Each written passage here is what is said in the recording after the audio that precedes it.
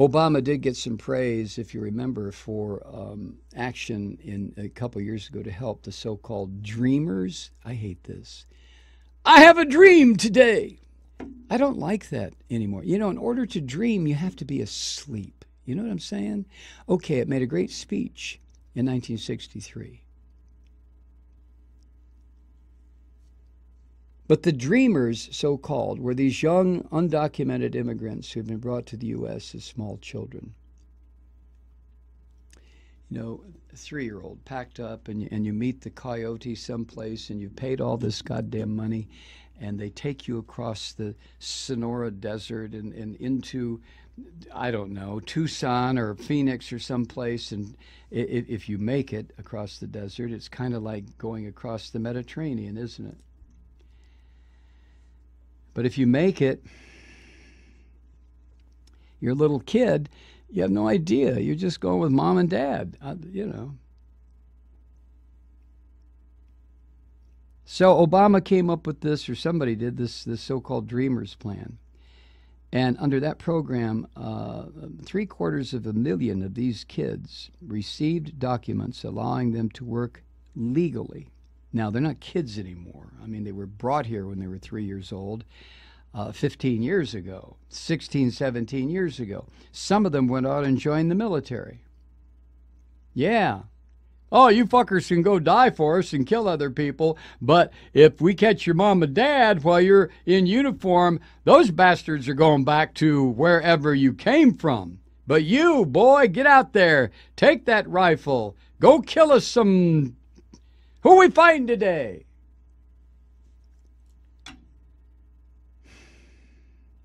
$750,000 of these once children, now young adults, got documents allowing them to work legally, to stay in school, without the constant fear that they might be sent home. Oh, did the Republicans go fucking ballistic over that, didn't they?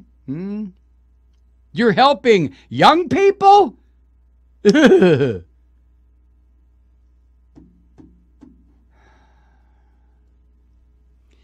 Now, Hillary Clinton has said repeatedly about this issue that she would pick up on Obama's programs if she were elected. These immigrant programs, these executive action programs. And she would expand them to whatever degree was necessary to, you know, unless she had a Congress that would work with her and write comprehensive law, which is never going to happen. But the court's action today brings a goddamn screeching halt to that. Unless Mrs. Clinton wants to violate the law again.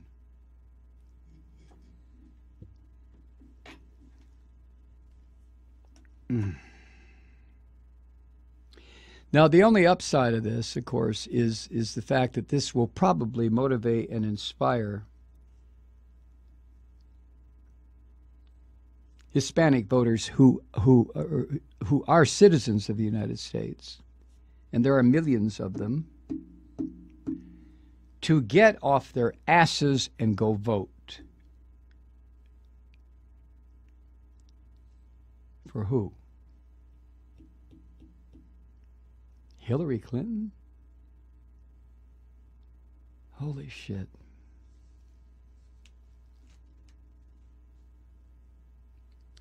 And what? Somebody sent me a quick email. Robert Kagan's wife is Victoria Nuland, who works in the State Department and who was one of the people that engineered that horror in Ukraine and then tried to blame it on the Russians. Victoria Nuland is the one who said to Obama, we're going to work with the fascists, with the Ukrainian Nazis. We're going to work with them. Fuck the Russians. And people wonder why the Russians are just, you know, the Russian government is just going, you know, how much more of this shit are we going to put up with? How much more of this are we going to put up with? They're building military emplacements up against our border. They're sucking up all the former Warsaw Pact nations into their goddamn NATO after they promised they wouldn't. They're blaming us for everything that goes wrong. Now, I'm not defending the Russians or Putin, because the Russians are involved in shit. I mean, I don't know anymore. I don't know what's truth, and neither do you. Let's not pretend that we do. I'm not trying to defend Putin.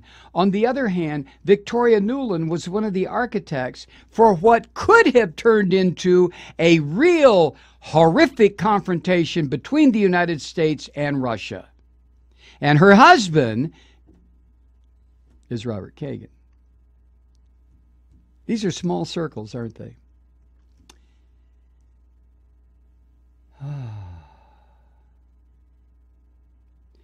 So the Supreme Court today, in this 4-4 decision, which means the lower court ruling stands, but it still leaves it open for another trip to the Supreme Court after Obama is out of office, because it was Obama's executive order that was declared to be that he had gone beyond the power of the presidency, overstepped the bounds. So it has to be a different president. But then the case can be brought back to the Supreme Court because of the tie. That's why there's an odd number on the Supreme Court. Jesus Christ. Oh, but the action today, this decision today, kind of puts I don't know, an exclamation point, a period, after nearly 8 years of attempts by Obama, and I'm not defending Obama either, but he did some good, or tried to. But after 8 years of these futile attempts of trying to get these goddamn Republicans to do something, but they're not going to do anything for the Negro in the White House. Oh, no, no, no, no, no, no. Nothing. Nothing. Even when Obama offered to put Social Security and Medicare on the table to be hacked up for these right-wing neo-fascists. No, no, no, no. Because the ultimate outcome of that will make the Negro in the White House look good, and we're not going there. We're from the South. We're Republicans. We're Christian. So, Obama resorted to executive action in 2014 after years of fighting to get Congress to act. And